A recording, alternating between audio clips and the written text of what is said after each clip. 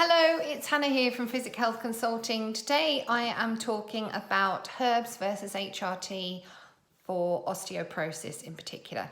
So this is something that's been discussed on a lot of the menopause forums in the last couple of weeks or so, and there have been some quite interesting comments. So what I've noticed is that a lady might go onto one of these forums and say, oh, I'm just having a think about what I would like to do regards my menopause. Do I want to go the natural route? Do I want herbs and supplements? Do I want to go down the HRT route? Just wondering what you all think, which is fine. I have seen one or two comments afterwards saying, well, if you don't take HRT, you will get osteoporosis. No herbs are going to stop you getting osteoporosis later in life. And there are a few reasons why I struggle with this a little bit. So the first thing is, we need to remember that some women can't take HRT for safety reasons, and reading comments like that is going to be a little bit unnerving for them. Second thing is, as far as I'm aware, there have been no studies comparing herbal medicine and HRT for osteoporosis, which give a conclusive answer either way. That probably isn't going to happen in real life. There certainly are herbs that we can use to make the transition through menopause and all the fluctuating hormone levels much smoother.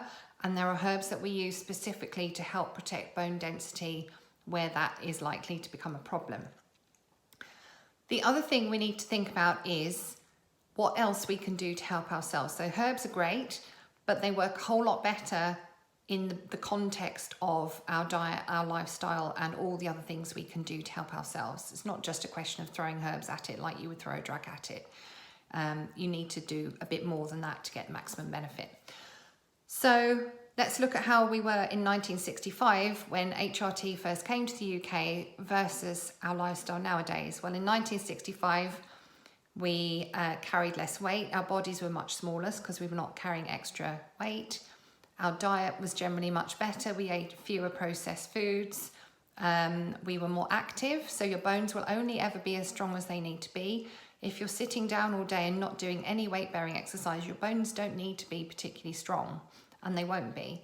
So this is why it's so vital that we do daily weight-bearing exercise if we want to keep our bones healthy.